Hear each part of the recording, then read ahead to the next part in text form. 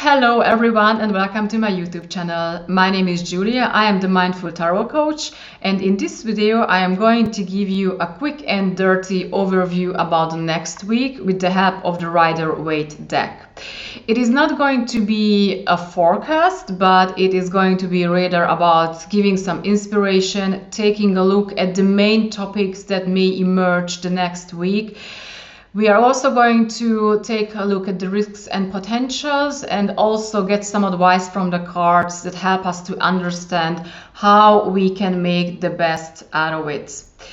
As always, I encourage you to pick up what resonates, create your own meanings, and of course, you are welcome to leave the rest. All right, then, let me get started. Well, if I had to sum up the next week in some keywords, I would say illusions, change, enlightenment, freedom, and sunshine. And how all these things come together, I will tell you right now. Well, the main topic of the next week is signified by number 18, the moon.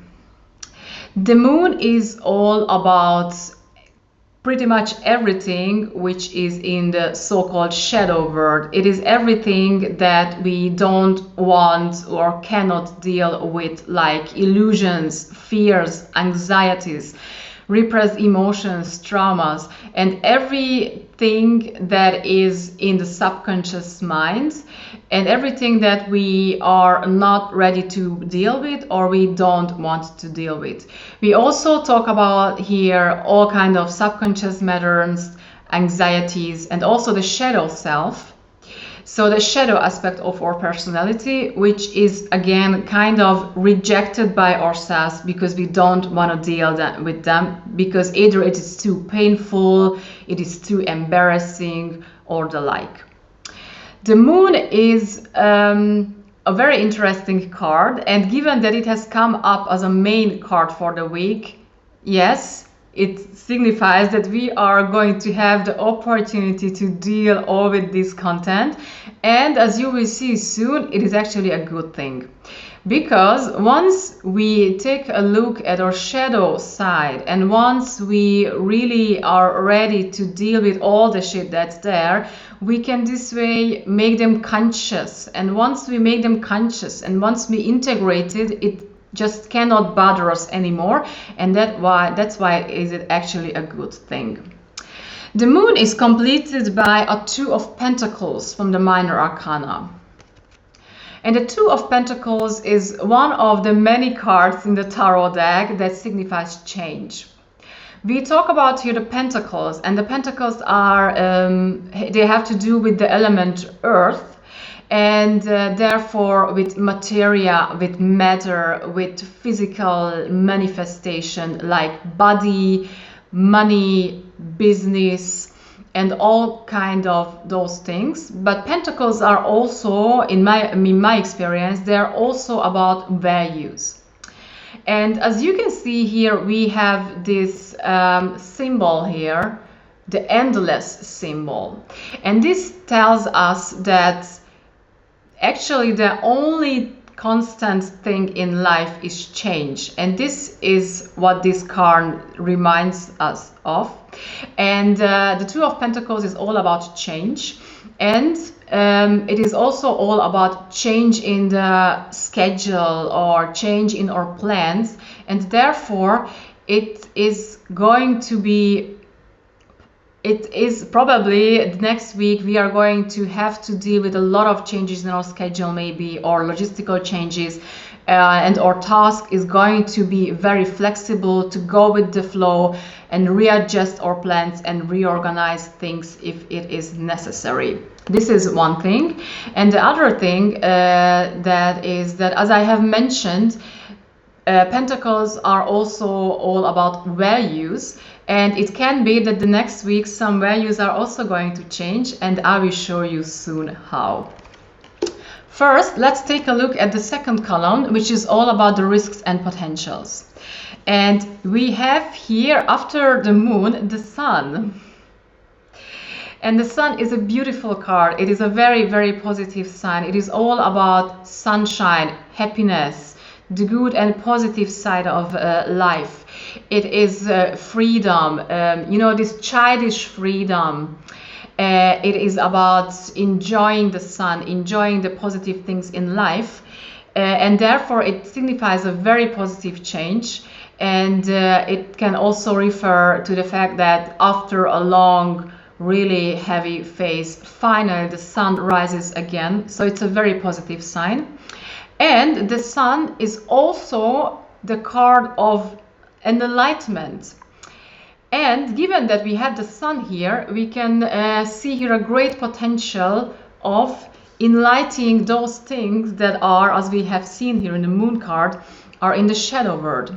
So therefore, we are going to have the next week the opportunity to kind of put some light on all this not integrated shadow work, and this is a great opportunity. We also have here a King of Pentacles. And the King of Pentacles is a really cool guy. You know, he is this kind of entrepreneur type. He is the guy who really wants who really knows what he wants. And he also is able to manifest all those things. And he is someone who has a plan and who is ready to manifest those plans step by step. And at the end of the day, he also achieves all of his goals and he is manifesting. You can see this if you take a look at the card. He is very rich, he sits on a throne, he is a king, right, with a lot of money. So this card is also all about abundance, about manifestation, achieving something. And this is a really great sign. So if I put these two cards together, I can say, yes, we have here a lot of potential for manifesting, for achieving something, for finally reaching a stage when we can be joyful and happy and content and the like. So we have here a great potential for the next week. So this is one thing about the King of Pentacles. However, given the other cards all around, we will see soon the rest. There is also another aspect here of the King of Pentacles that comes to me right now intuitively if I take a look at the other cards. And this is the following. If you take a look at this guy, what you can see is that he's not only very rich, but he's also very content, maybe a bit of too much content. You know, you can see a kind of maybe even ignorant and arrogant look on his face. He's kind of excluding everything else, and he just takes a look at the value in his hand. And this tells me that the King of Pentacles, yes, he's a really cool guy. Still, he also carries a kind of warning sign here now that we may get too much into enjoying material worth. Not really taking a look at other things. This is one thing. And the other thing that comes to me intuitively here is that I see here also a kind of other sign that we may be too much arrogant, or we may be too much content in our own frames. As you can see here, he sits on his throne, kind of very much surrounded by this very solid framework. And this tells me that he is a kind of, too much rigid in his approach, and it can be a sign that we are maybe sitting in an environment or in a context that is becoming too rigid at some point, and this way it may block us from positive change. I'm telling this about the foundations because in the third column, where we find the advice from the cards, we have the Tower. And the Tower can be familiar for many of you because we have seen this card several times in the recent weeks. And the Tower is all about change, transformation. And as you can see on the card, it is a quiet all of a sudden event where just out of nowhere, out of nothing, something comes, a bolt of light.